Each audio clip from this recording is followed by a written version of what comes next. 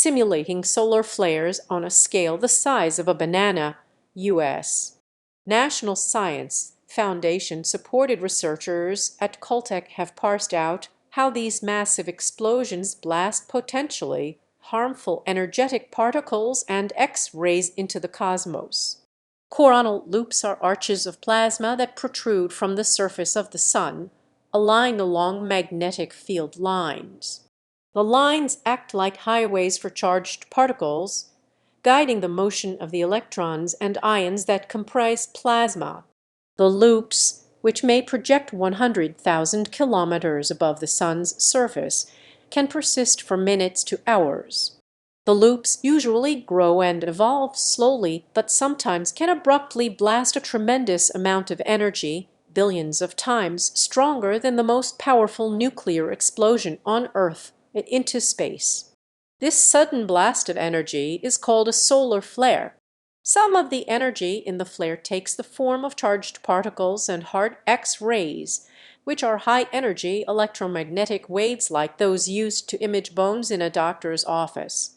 The Earth's own magnetic field and atmosphere act as a shield that protects life on the surface from being cooked by these torrents of energy, but they sometimes disrupt communications and power grids.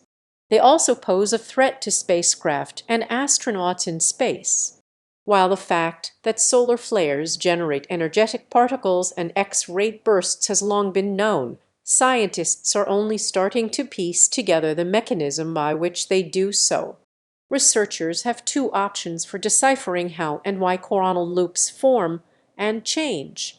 The first is to observe the sun and hope to capture the phenomenon in sufficiently fine detail to yield relevant information. The second is to simulate the loops in a lab. Caltech's Paul Bellin, an applied physicist, chose the latter. Bellin and other scientists built a vacuum chamber with twin electrodes inside. To simulate the phenomenon, they charged a capacitor with enough energy to run the city of Pasadena for a few microseconds, then discharged it through the electrodes to create a miniature solar coronal loop.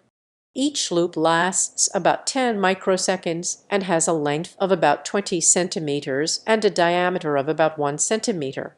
But structurally, the loops are identical to the real thing, providing the opportunity to simulate and study them at will. A key recent discovery is that each solar coronal loop is not a single structure but is composed of fractally braided strands akin to large ropes, a structure reproduced in the lab.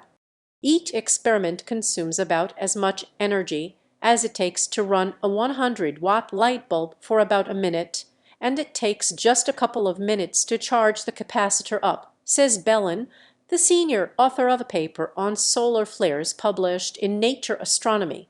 Bellin captures each loop with a camera capable of taking 10 million frames per second, and then studies the resulting images.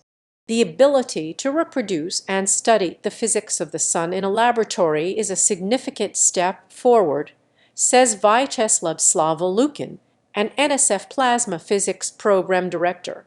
By relating laboratory measurements to solar observations, we learn more about the sun while exploring fundamental questions about plasma and its possible uses on Earth.